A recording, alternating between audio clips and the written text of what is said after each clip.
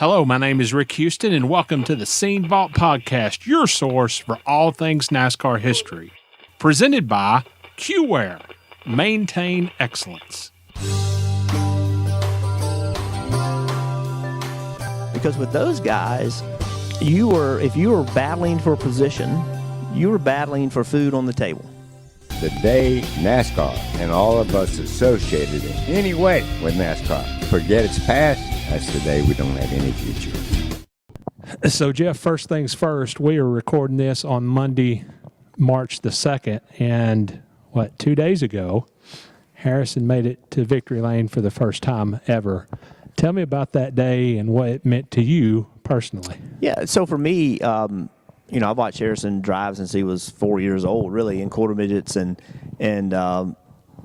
everything Harrison has sat in, he's won in, and he's won big races, he's won big championships, and last year in the Truck Series, that didn't happen, and it was the first time in his life that he realized that this was, at this level, it's a profession, and that, the world's not going to rally around you.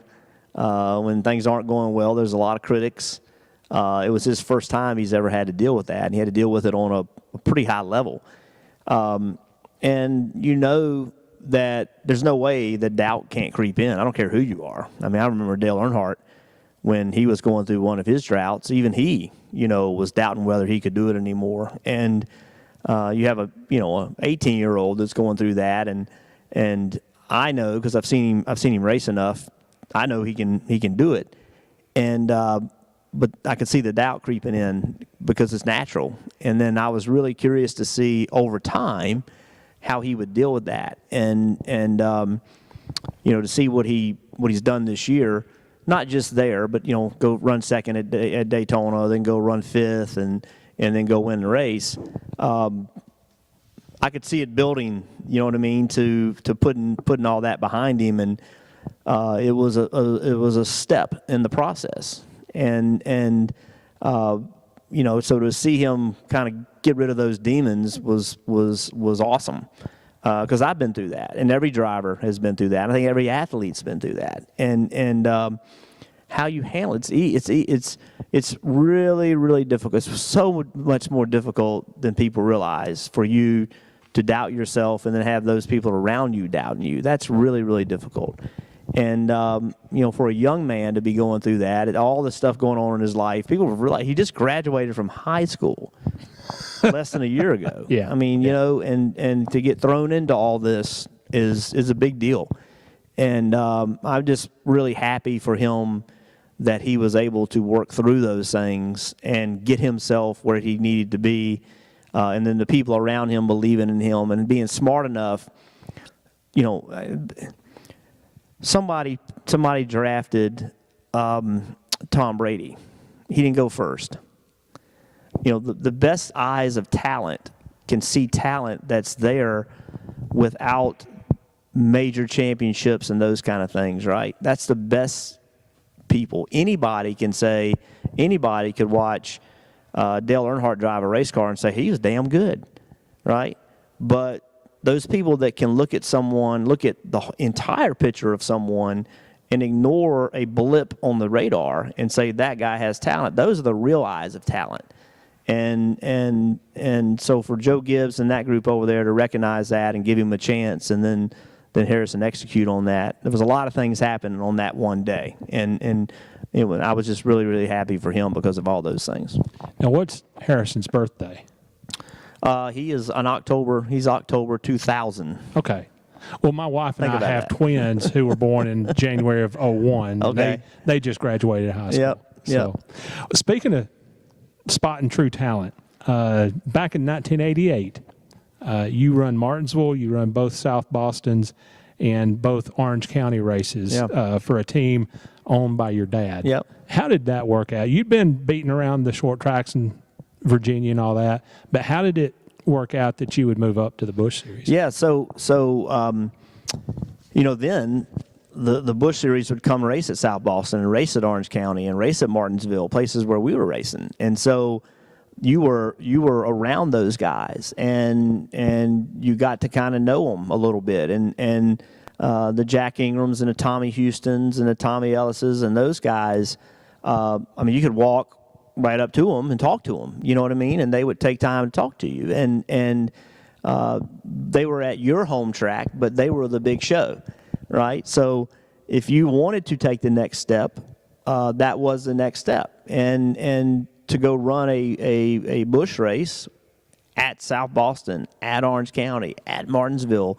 So although they had the advantage in understanding those cars and knowing more about those cars, you knew that track better. And it was you'd have these battles, right? You'd have the hometown hero that was trying to beat the national champions, right? And it was the natural progression. And my father always believed that his kids could do anything that they set their mind to do. He always believed that and always instilled that in us and told us we'd have to work hard to do it. But he would always support us in those things. And he saw early that his children, and we have another one, Brian, won more races than Ward and I ever did, go-kart races. My dad saw that we could do it, and so he kept trying to give us opportunities. And the next opportunity was to build a Busch car. We built it, and Jay Hedgecock built the chassis for us, and we built the car finished the car in our shop, and we went and raced against Jack Ingram and Sam Ard and all those guys. It was a really cool time. So you say that you went up to Tommy Ellis and said, "Hey, I need some help getting her." What was Tommy Ellis's reaction? So I actually went. So Tommy was always really cool to me. Like Tommy, I went to Tommy's shop. So you're the one. Oh yeah, I drove to Tommy's shop in Richmond, and he took some time and talked to me. He had a car. Now he had a car he's trying to sell me, but nonetheless, he took some time. And Tommy was he was a hard racer, but he was always good to me. And I actually, for some unknown reason, a team fired Tommy Ellis and hired me. And to this day, I don't know what the hell they were thinking when they did that. But even after that, Tommy was always good to me. So those men, I raced against some really hard-nosed late model guys.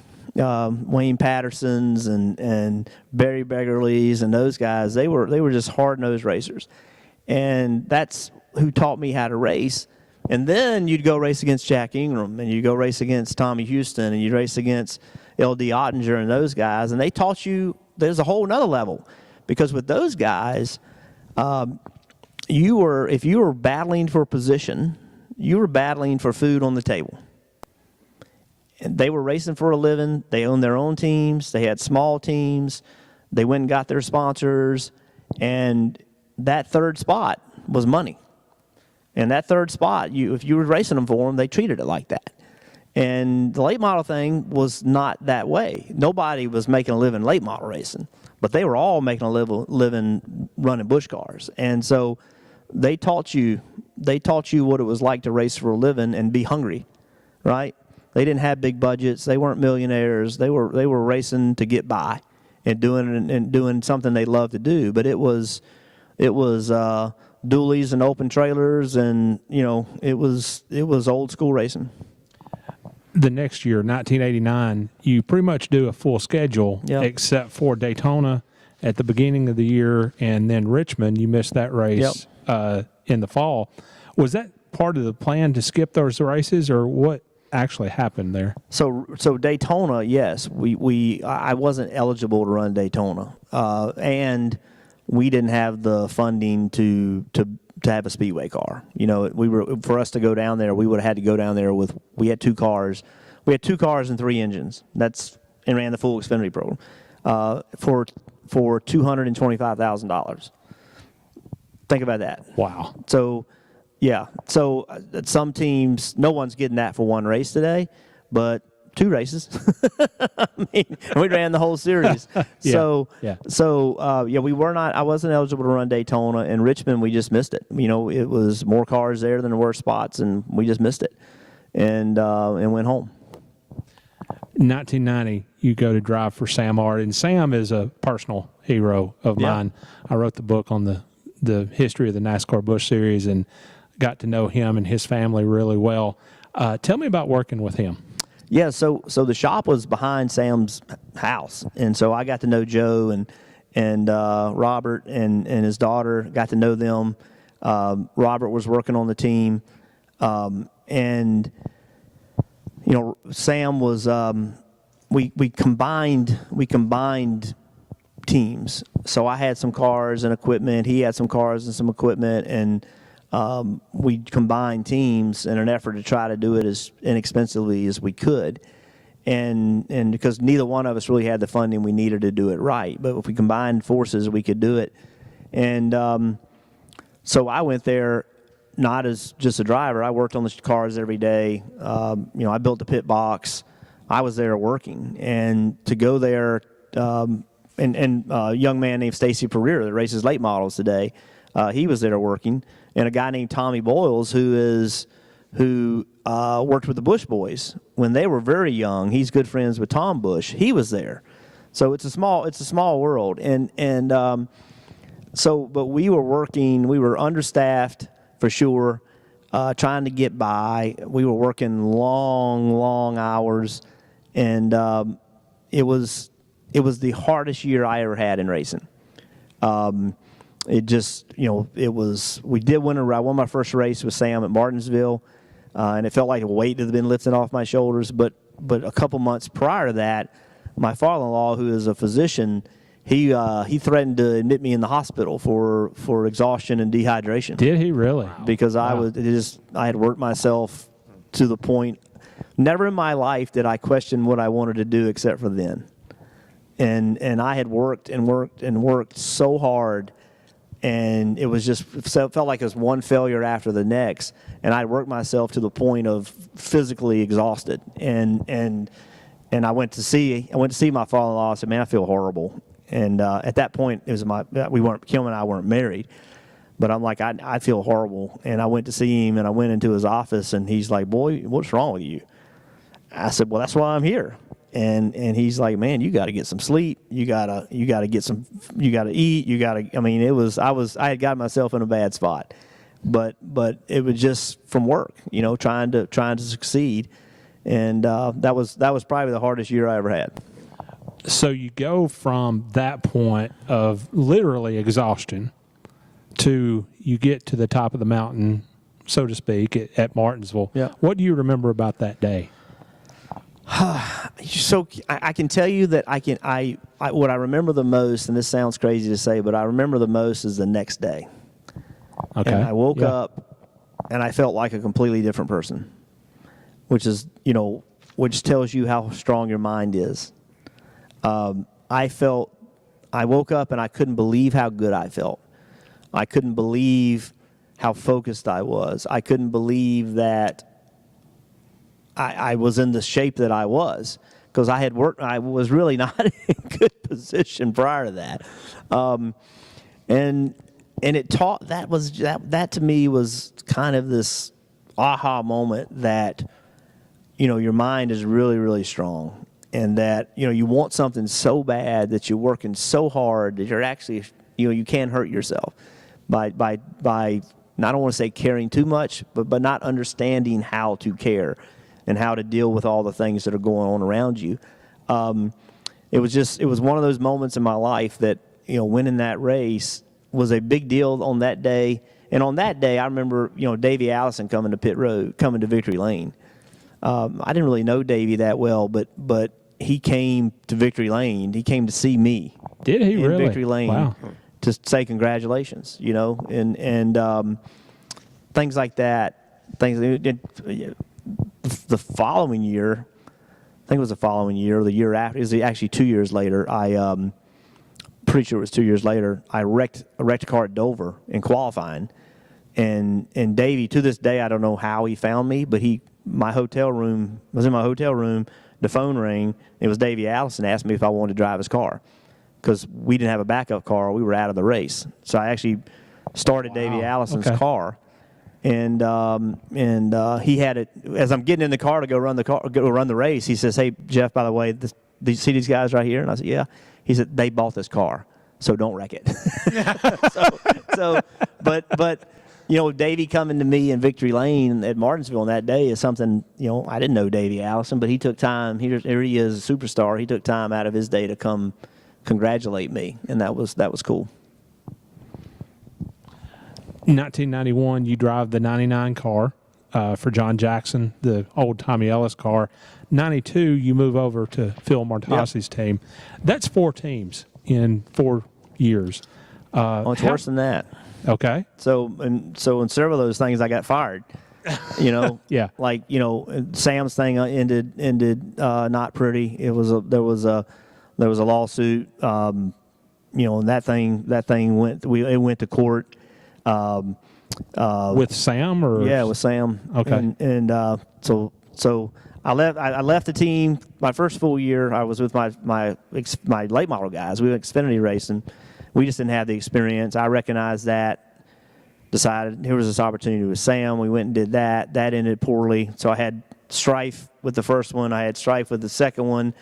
I go drive for Bill Papke and John Jackson. Last race of the year, they tell me I'm not coming back.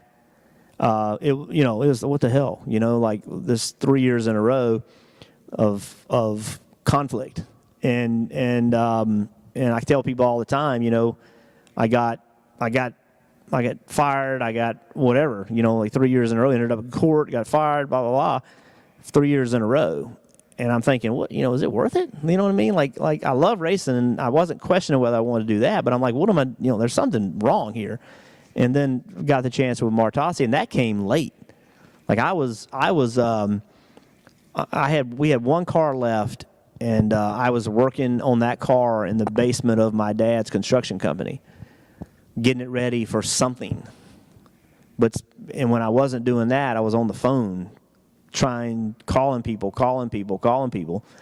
And out of the blue, I got a call from Phil Martossi saying, hey, David Green was driving the car, and for whatever reason, they wanted to do something different, and we're going to go to Daytona. You want to drive it?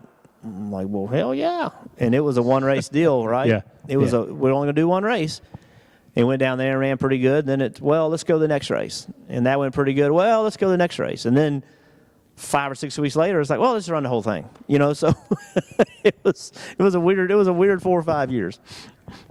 Well, you're in the number 8 car at New River Valley. Mm-hmm. And you go to Victory Lane. Yep. But then there is a disqualification. Yep. And the win goes to Bobby Dotter. What happened?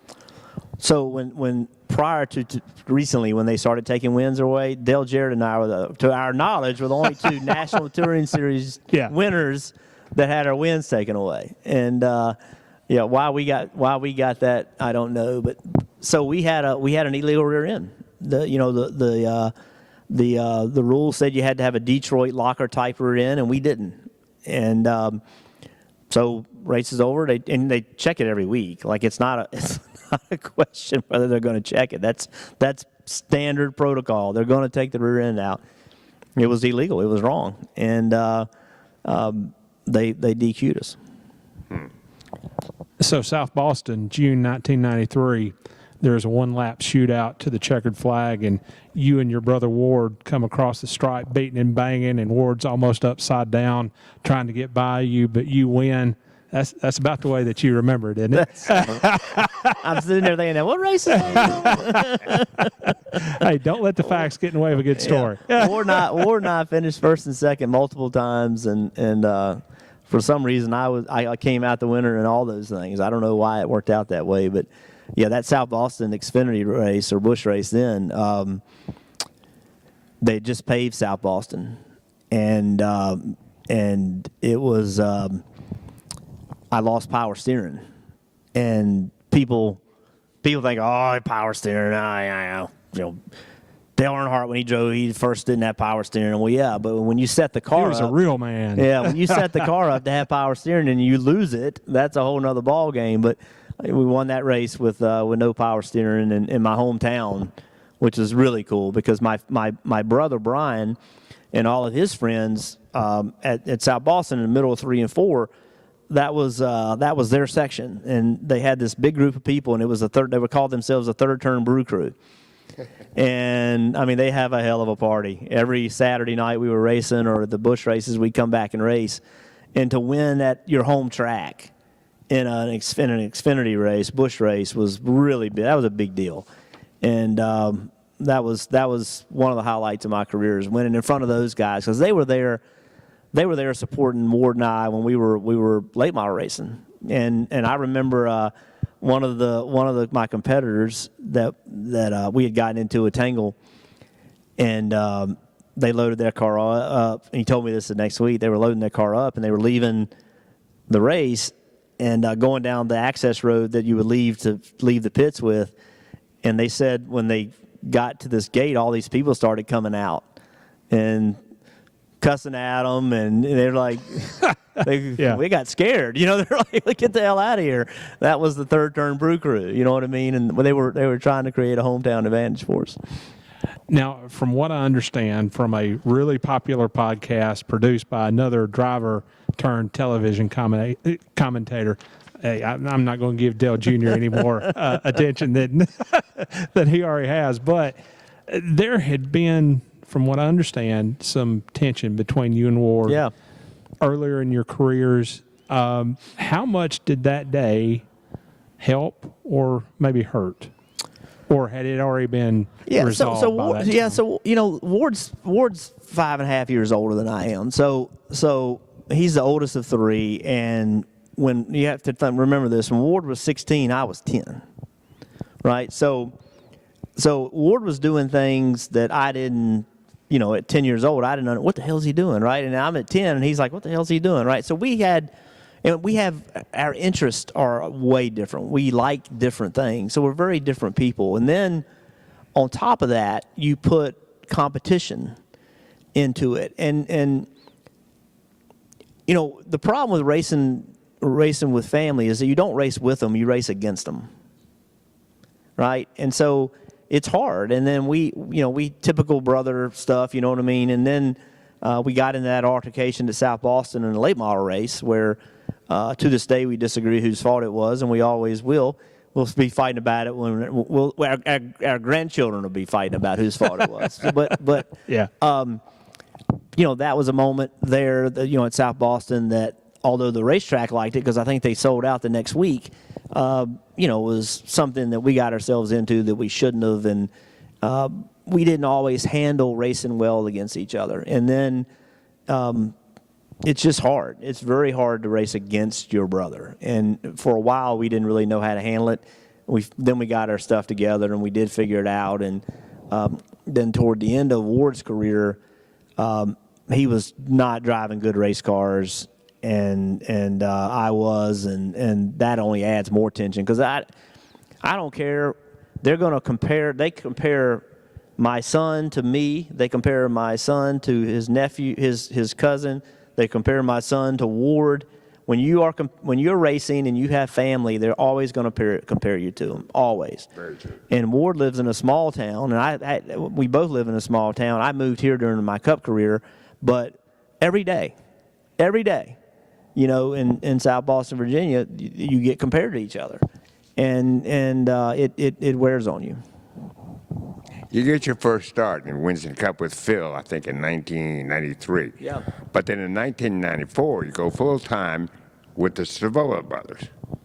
Was there ever a plan to go into Cup racing with Phil, or did you get an option from the Savolas? So Phil was going to run that race. He had done a deal with Jack Roush to rent a car, and I don't think that I was their first choice.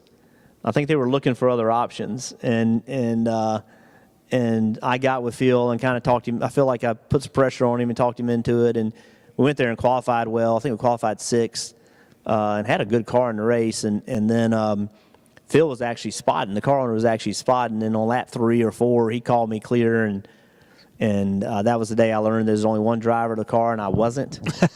Yeah. And I wrecked Ken Schrader, and I wrecked myself, and yeah, that wasn't good. But I finished the day. I drove for Junior Johnson. Hutch Strickland got sick. Hutch Strickland he had food poisoning from the night before, or they think that's what it was, and he got sick. And so I started my first Cup race, wrecked early, and finished my first Cup race driving for Junior Johnson. I didn't know that. Yeah, it was. I think you have to check this. I think I was the first rookie that they allowed to be a substitute driver. Or it used to be a rule you couldn't have a substitute driver, couldn't be a rookie. And they let me do it because I had more laps there than the Cup guys did because of running Busch races. Yeah.